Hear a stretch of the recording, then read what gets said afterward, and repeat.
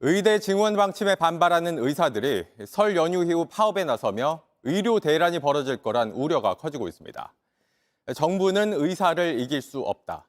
전 의사협회장은 의료 공백으로 환자가 숨진다면 그건 정부 탓이라며 이렇게 주장하기도 했습니다. 그러나 정부도 이번엔 물러설 뜻이 없어 보입니다. 의대 증원은 돌이킬 수 없다고 대통령실이 오늘 못 박았습니다. 이런 강대강 대치 속에 1시간 뒤쯤 의사단체 중에서도 가장 강경한 전공의 협의회가 집단 행동 여부를 결정하는 회의를 엽니다. 전공의들이 집단 행동에 나서면 대형 병원 수술실과 응급실부터 마비될 수 있습니다. 첫 소식 강나현 기자가 전합니다. 대한전공의협의회는 오늘 밤 9시 온라인으로 임시 대의원 총회를 엽니다. 정부의 의대 증원을 두고 집단 행동을 할지 논의하는 자리입니다. 앞서 전공의협 자체 설문조사에선 전공의 약 10,000명 가운데 88%가 집단행동 참여 뜻을 밝힌 바 있습니다. 2020년 의료계 파업 당시 전공의 80%가 집단 휴업을 하면서 응급실과 중환자실 등에서 큰 혼란이 벌어졌고 정부는 결국 의대 증원 계획을 접었습니다. 이들의 움직임이 파업 동력을 좌우하는 만큼 정부는 연일 압박을 이어가고 있습니다. 집단 사직서를 내면 해당 병원이 수리하지 못하게 했고 파업을 하면 바로 업무 개시 명령을 내리고 따르지 않으면 면허 취소까지 한다고 했습니다. 명령은 개인에게 직접 전달하는 게 원칙이라 2020년도엔 이걸 피하려 전공의들이 휴대전화를 아예 꺼버렸는데 이번에는 어림없다는 입장입니다. 전화기를 꺼놔도 문자를 보내면 송달의 효과가 있다는 말씀을 드립니다. 다만 다툼의 여지는 있습니다. 집단 행동을 할 목적으로 전화를 껐는지 입증하는 게 관건입니다. 초유의 사태이기 때문에 아직까지 판결이 없어요. 개별 전공의들 입장에선 다양한 사유를 들어서 문자 메시지를 보지 못했다고 다툴 경우엔 결국 최종적으로 법원에서 판단을 받아야 됩니다. 전공의들 움직임이 심상치 않자 정부는 정당성을 호소했습니다. 조규홍 보건복지부 장관은 소셜미디어를 통해 병원을 지속 가능한 일터로 만들고자 하는 정부의 진심을 의심하지 말아달라며 정부 정책에 따라줄 것을 당부했습니다. JTBC 강나현입니다. 이런 가운데 의사들 사이에선 의료 공백으로 환자가 희생되더라도 그건 정부 탓이라는 주장까지 나왔습니다. 전임 의사협회 회장은 지방에 부족한 건 의사가 아니라 민도라는 글을 썼다 논란이 일자 수정하기도 했습니다. 황예린 기자입니다. 노한규 전 대한의사협회 회장은 페이스북에 정부는 의사들을 이길 수 없다는 글을 올렸습니다. 2000년 의약분업 파업 때 벌어진 일을 언급했는데 환자가 심각한 상태가 됐는데 의사가 자리를 비운 수일간 방치돼 사망했다고 했습니다. 이어 의사는 인과관계를 알지만 그것을 증명하기는 어렵다며 비극이 다시 생겨날 것이라고 주장했습니다.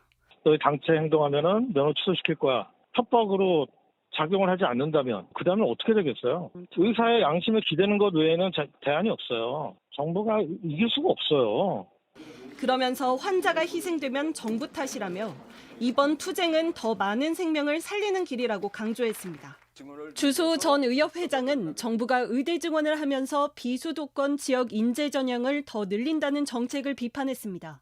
이 과정에서 지방에 부족한 건 민도라고 썼는데 생활 수준을 뜻하는 민도란 표현이 지역을 비하한다는 논란에 휩싸이기도 했습니다.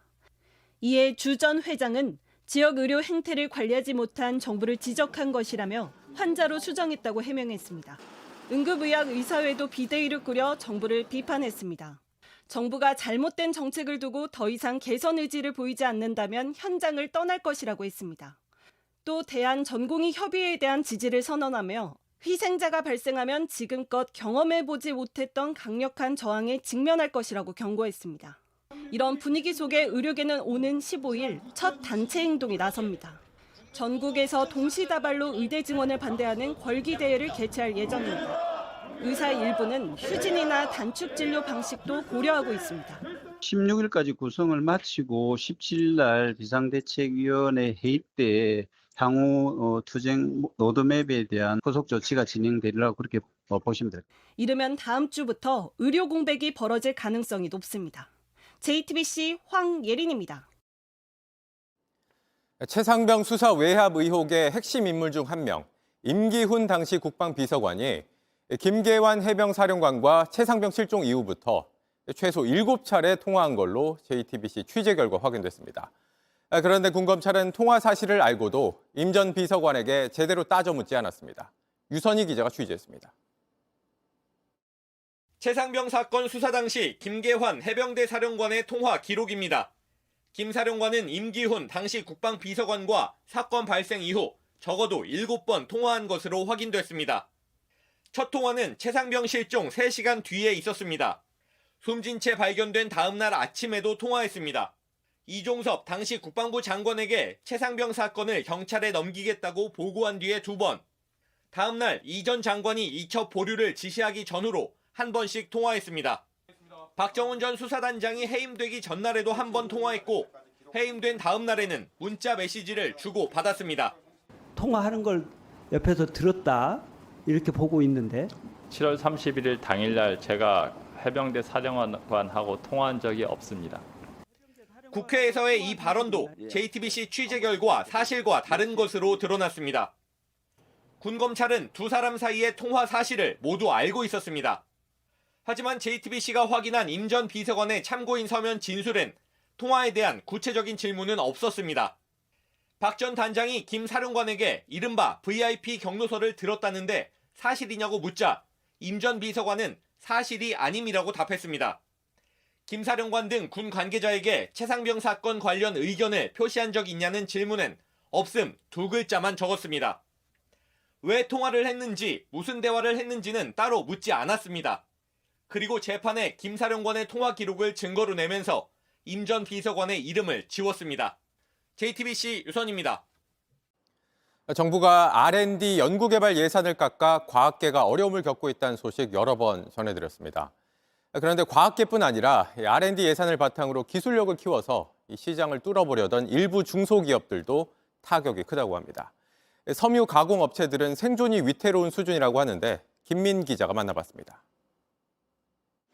경남 진주에 있는 섬유가공 중소기업입니다. 올해 염색 자동화로 일본 시장에 진출하겠다는 꿈은 사라졌습니다.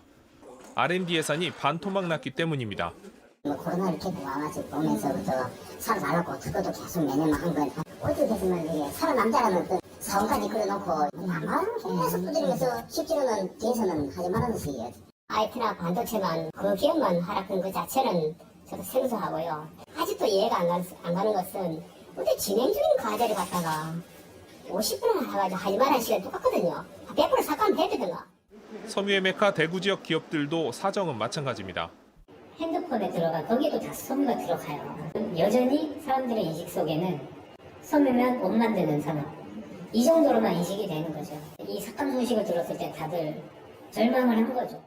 섬유 산업 R&D를 돕는 한 공공연구기관의 경우 관계부처 3곳의 연구과제 예산이 최대 80%까지 줄줄이 깎였습니다. 이제 전문용 같은 기관은 사실상 냉동 상태이고요. 삭감이 되는 것도 정말 마음 아픈 일인데 아무리 들여다봐도 신규로 저희가 푸시할 수 있는 그 영역이 없는 것 같아서 아우성이에요. 정부는 최근 중소기업 일부 R&D 예산을 돌려놓겠다고 밝혔지만 대상에서 제외된 영세업체들은 발만 동동 구르고 있습니다. JTBC 김민입니다. 이어서 정치권 소식입니다. 조국 전 장관이 오늘 문재인 전 대통령을 만나 신당을 만들어서라도 4월 총선에 출마하겠다고 밝혔습니다. 내일은 고향인 부산으로도 향합니다. 표가 분산될까 봐 민주당의 속내는 복잡합니다. 김혜미 기자입니다. 조국 전 법무부 장관은 오늘 오후 평산마을을 찾아 문재인 전 대통령을 만났습니다.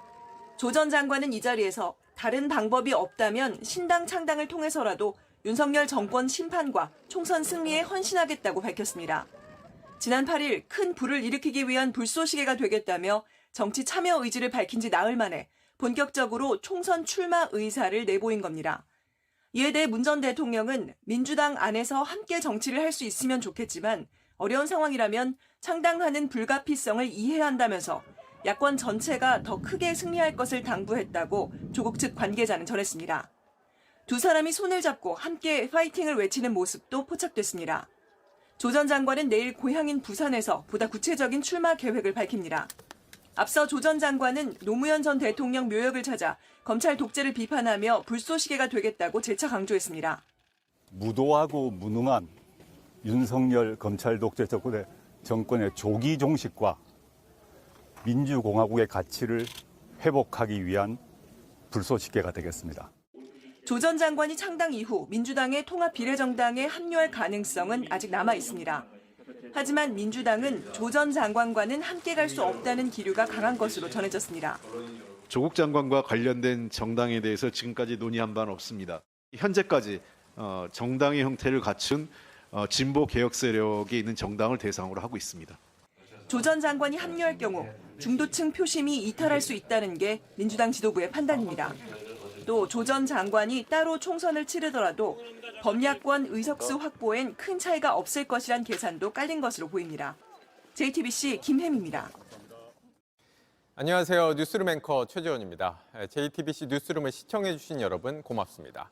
더 많은 소식은 JTBC 뉴스 채널에서 만나보시기 바랍니다.